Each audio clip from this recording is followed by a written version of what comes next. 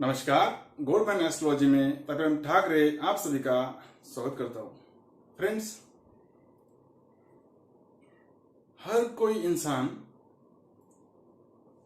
पूजा पाठ करते हैं, बहुत से लोग पूजा पाठ करते हैं, लेकिन जाने अनजाने में ही सही गलतियां होती है।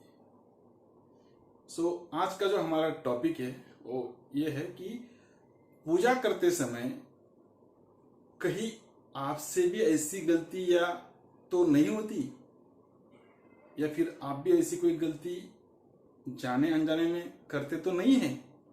तो गलतियां क्या है वो जान लेते हैं। देखिए फ्रेंड्स,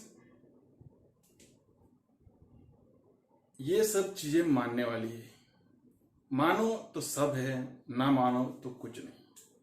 अगर आप मानते नहीं तो पूजा नहीं करते, मानते नहीं तो भगवान के पास बैठते नहीं। अगर आप भगवान के पास बैठते हैं तो उसके ऊपर विश्वास होगा तो भी बैठते हैं।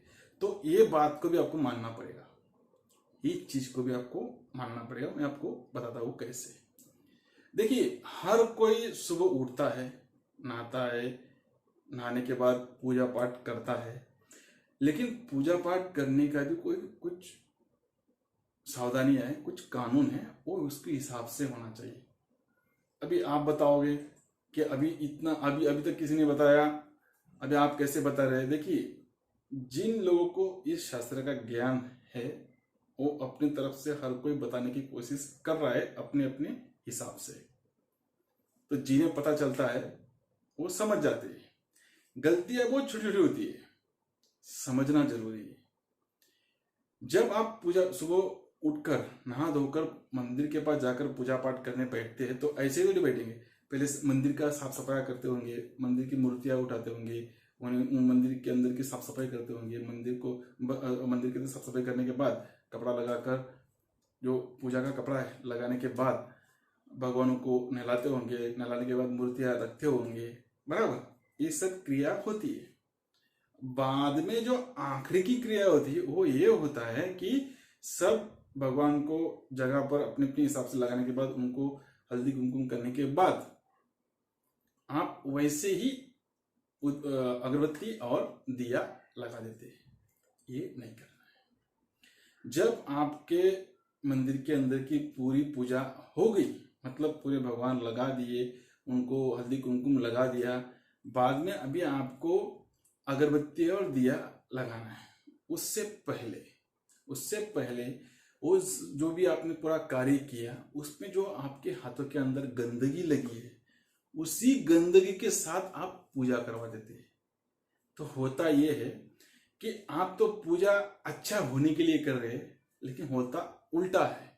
क्योंकि जब आप दिया के अंदर तेल घी जो भी डालते हैं वो भी हाथों को लगता है। उसके साथ साथ वो जब कचरा निकाले आप, जो गंदगी साफ की, वो गंदगी भी हाथों के लगती। गंदगी यानी दरिद्रता। तो जब आप दिया घुमाते हैं, अगरबत्ती घुमाते हैं, वो गंदगी के साथ घुमाते हैं, तो मतलब आप दरिद्रता को बुलाते हैं, कुलक्ष्मी को आगमन करने का आह्वान करते हैं।